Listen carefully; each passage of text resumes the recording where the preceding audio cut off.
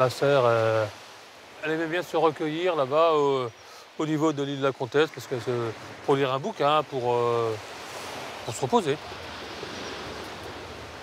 La personne qui lui a enlevé la vie, ça a dû se passer au bout de la pointe de l'île de la Comtesse.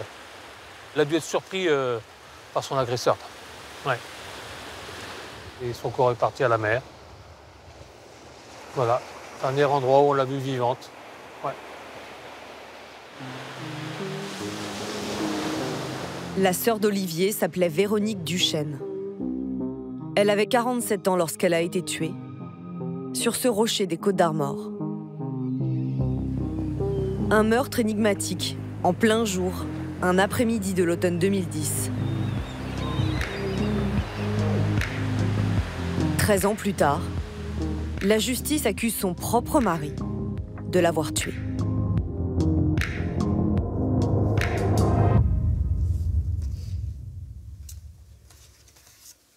Voilà. Ça, pour moi, c'est les bons moments avec ma sœur. Parce que lorsqu'elle venait en Bretagne, voilà, elle faisait le tour de toutes les personnes de la maison pour me faire des coupes. Car elle était coiffeuse à l'époque. C'était une femme coquette qui prenait beaucoup soin d'elle, regardez. Voilà. Beaucoup de bijoux baroques, voilà. Celle-ci, j'aime bien. Elle a l'air heureuse. Véronique quitte très jeune sa Bretagne natale pour se marier et élever ses 2 filles en Charente. Mais elle divorce en 2000 et à l'aube de la quarantaine, cherche à refaire sa vie. Dans un bar de Poitiers, elle rencontre celui qui devient rapidement son second mari, Thierry Meunier. Lui aussi est divorcé et père d'un garçon. Je le trouvais plutôt sympathique, accueillant. Il connaissait plein de choses, il parlait beaucoup. Voilà. Donc, je le trouvais... oui, non, ça s'était bien passé, quoi. Thierry Meunier travaille dans l'immobilier. Il propose à Véronique Duchesne de vendre sa maison. Et avec ses 220 000 €, ils achètent ensemble des biens qu'ils mettent en location. Ils investissent aussi dans 2 bars à Poitiers, inaugurés en grande pompe en 2007.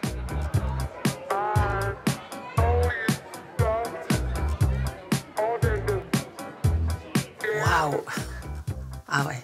Ils s'étaient acheté le bar, il y avait des histoires de plein d'appartements. Ils avaient acheté un bateau aussi à Royan, avec un rooftop, comme à Saint-Tropez. J'étais contente pour ma sœur et fière de ce qu'elle arrivait à construire avec ce nouveau mari, en fait.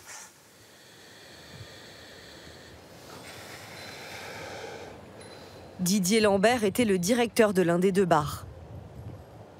Lui dresse le portrait moins flatteur d'un flambeur, piètre gestionnaire. Il venait un peu en nabab, quoi. J'arrive, voilà, servez-moi. Il y avait des amis qui arrivaient à sa table, et puis toute la soirée, ben voilà, il payait des coups, c'était champagne, machin, il invitait les gens, quoi. À 2 h du matin, ben, je faisais la caisse, hein. Et il arrivait, il mettait la main dans la caisse, il prenait les billets. T'inquiète pas, je sais ce que je fais. Donc voilà, ça, c'était assez souvent, oui. 1 an après leur ouverture, les 2 bars font faillite. En 2009, le couple s'installe dans les Côtes-d'Armor, là où Véronique a grandi, à Saint-Quay-Portrieux.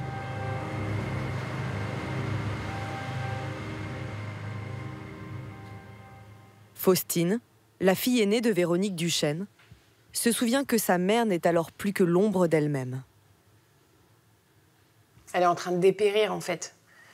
Déjà, elle s'est mise à boire, clairement. Puis, ouais, franchement, je la reconnaissais pas du tout, quoi. Je voyais qu'elle était... Enfin, je voyais sur elle qu'elle était malheureuse. Elle était amaigrie, elle était soucieuse.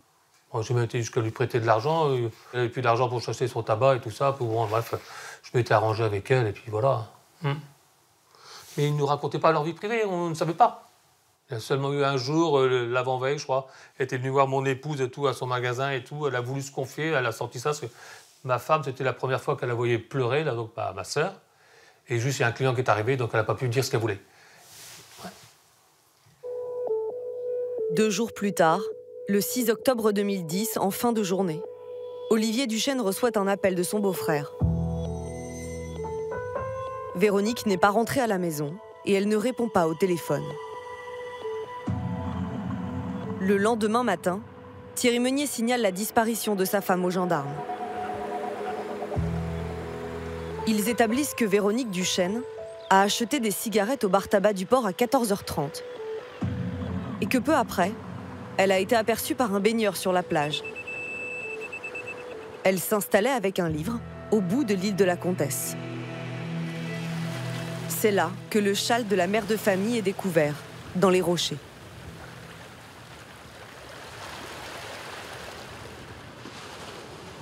Puis, 3 jours après sa disparition, des pêcheurs trouvent à une quinzaine de kilomètres plus au nord le corps de Véronique Duchesne, flottant à proximité du rivage.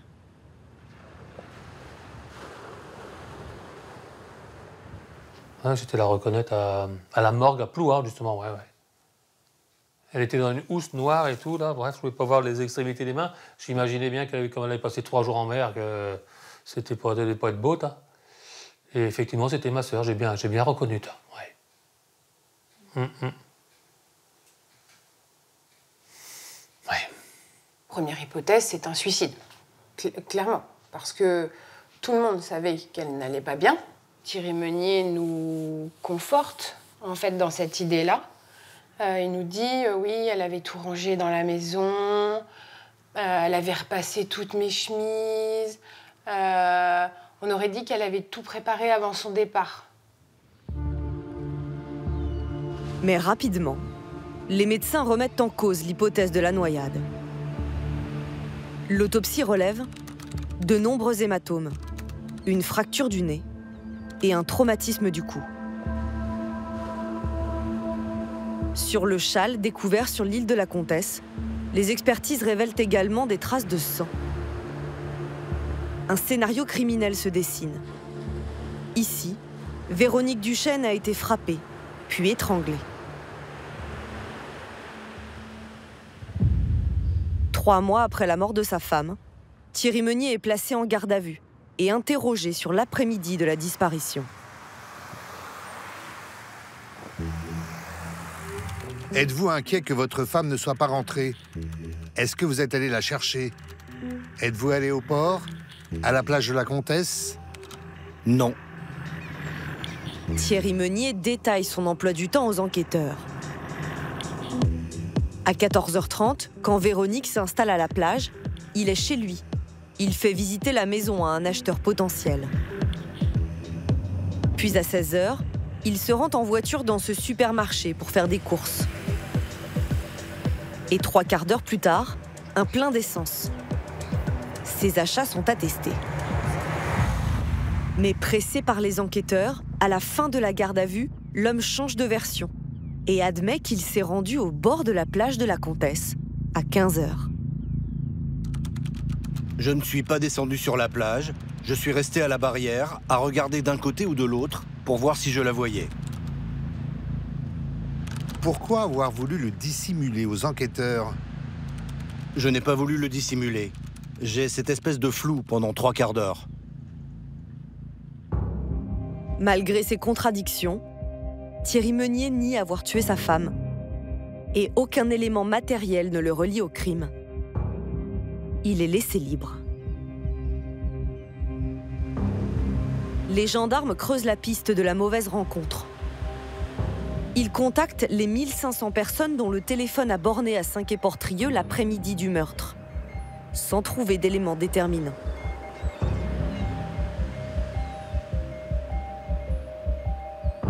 Les enquêteurs continuent de surveiller Thierry Meunier et découvrent que 2 mois après la mort de Véronique Duchesne, l'homme a noué une relation amoureuse avec cette femme, fraîchement divorcée et bénéficiaire d'un petit héritage. En 2013, le couple s'installe au Sénégal, y ouvre un hôtel et un restaurant. Mais après quelques années, la nouvelle compagne est ruinée et le couple se sépare. En Bretagne, les enquêteurs sont convaincus que Thierry Meunier est un escroc qui utilise les femmes pour leur argent et que ce mode opératoire l'aurait conduit jusqu'au meurtre.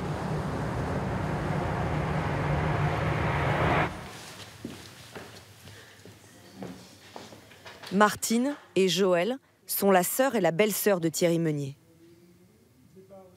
Elles décrivent une famille de classe moyenne, droite, soudée autour du père, major de gendarmerie, mais tourmentée par les frasques du fils cadet. Ça coince encore dans nos esprits, parce que voilà, c'est un membre de la famille et c'est difficile à se dire, à réaliser pleinement qu'il est malhonnête, malheureusement. Il est profiteur, flambeur, manipulateur. C'est quelqu'un qui se disait brillant. Oui, il se dit toujours brillant. Il se disait brillant, il fourmillait d'idées. Mais bon, c'était comme un château de cartes qui se monte. En fait, il n'y a rien de solide, il n'y a pas de base. On souffle dessus, ça tombe, mais ça ne fait rien, on redémarre plus loin. La première affaire qu'il ait pu lancer, c'est son cabinet d'assurance sur Bellac. Pour toutes vos assurances, faites confiance à Thierry Meunier, un homme sportif et dynamique. On a appris, par voie de presse, que en fait, ça n'a pas marché aussi bien que ça et qu'ils avaient dû cesser cette activité. Dans un deuxième temps, il s'est mis en tête de prendre une galerie marchande. Là encore, l'affaire tourne au fiasco. Accusé d'abus de biens sociaux, banqueroute, détournement de fonds, Thierry Meunier est condamné en 1993 à 8 mois de prison avec sursis, avec interdiction de gérer une entreprise pendant 20 ans.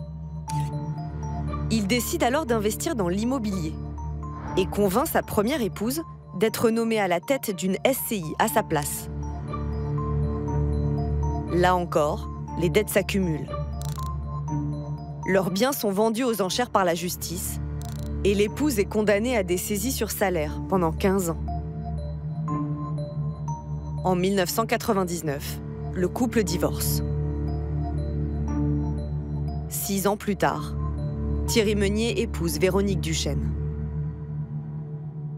Véronique était très très émue, on voyait qu'elle était vraiment amoureuse. Elle a pleuré pendant qu'on les unissait. Elle a pleuré d'émotion. Et donc c'est vrai que j'ai eu beaucoup de chagrin pour elle, parce que je me suis dit dans quoi elle a mis les pieds. Et je craignais énormément pour elle, et malheureusement ça s'est confirmé par la suite. 4 ans après leur mariage, quand Thierry Meunier et Véronique Duchesne viennent s'installer en Bretagne, ils sont endettés à hauteur d'1 million d'euros. Conséquence de la déroute de leur bar et de leurs investissements immobiliers. Thierry Meunier convainc alors les responsables de cette agence de les embaucher, lui et Véronique. Et les malversations continuent. On a découvert qu'il avait fait des choses dans notre dos, puisqu'il avait détourné des dossiers de vente pour son bénéfice dans une société à part. Donc quand on les a convoqués pour leur souligner quand même la gravité des faits, je l'ai senti, elle, stressée. Lui, ça n'avait pas l'air de l'atteindre plus que ça. Il était presque impassible. Mais elle, on sentait qu'elle prenait conscience de la gravité des faits. L'agence rompt leur contrat de travail et dépose en septembre 2010, un mois avant la mort de Véronique Duchesne, une plainte pénale qui aboutira à une condamnation. À l'époque, le frère de Véronique ignore tout de ses ennuis judiciaires, mais se souvient de désaccords dans le couple. Car Thierry Meunier veut partir, tenter ailleurs de nouvelles affaires. La veille de la disparition de votre sœur, vous dînez tous ensemble. Comment vous la trouvez? Elle est tendue. Il avait probablement dû avoir une dispute, il avait dû y avoir quelque chose là. Ouais. Parce qu'elle ne voulait pas quitter Saké, et on sentait qu'elle voulait rester là. Elle voulait se poser, elle devait être fatiguée toute cette vie. Ouais. Et ma sœur, au moment-là, nous a dit que demain je vais à la marée. Elle allait souvent sous les rochers là-bas à l'île de la Comtesse pour lire un bouquin, pour se détendre un peu. Voilà, c'était ça. Donc lui, il savait déjà éperdument que le lendemain, elle se serait retrouvée à cet endroit précis. Donc là où était commis l'assassinat.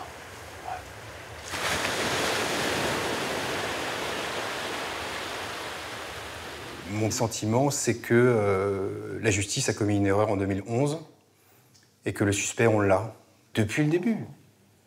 Véronique Duchesne s'est retrouvée acculée au pied du mur face à une enquête judiciaire qui la concernait elle, puisque c'est elle qui était à la tête des sociétés, c'est elle qui allait être poursuivie pour les escroqueries et les abus de confiance, et qu'elle ait pu dire à Thierry Meunier « stop » en fait. Maintenant, moi je ne veux pas prendre à ta place, je vais te dénoncer. Et là, elle devient une menace et un obstacle pour lui. Avait-il prémédité de la tuer? Je ne sais pas. Mais ce que je sais, c'est qu'une dispute a éclaté ce jour-là, une dispute qui aurait débouché en fait sur une altercation, en définitive mortelle. À Saint-Brieuc, une nouvelle juge d'instruction, la 4e dans le dossier, va partager la conviction de la famille de Véronique Duchesne. En décembre dernier, Thierry Meunier est mis en examen pour meurtre sur conjoint et incarcéré. Mais l'homme continue de clamer son innocence. Dans cette histoire, on s'aperçoit que c'est une vaste fumisterie ce que veut nous faire croire la thèse de l'accusation. Voilà. Une vaste fumisterie comme l'est cette mise en examen 13 ans après. Je l'ai le dossier, je l'ai lu 10 fois, 100 fois le dossier. Il n'y a pas la trace d'un élément qui accuse mon client, plus aujourd'hui qu'hier. Et en fait, ce qu'on n'a pas supporté, c'est qu'en fait, à Saint-Brieuc, on a un cold case.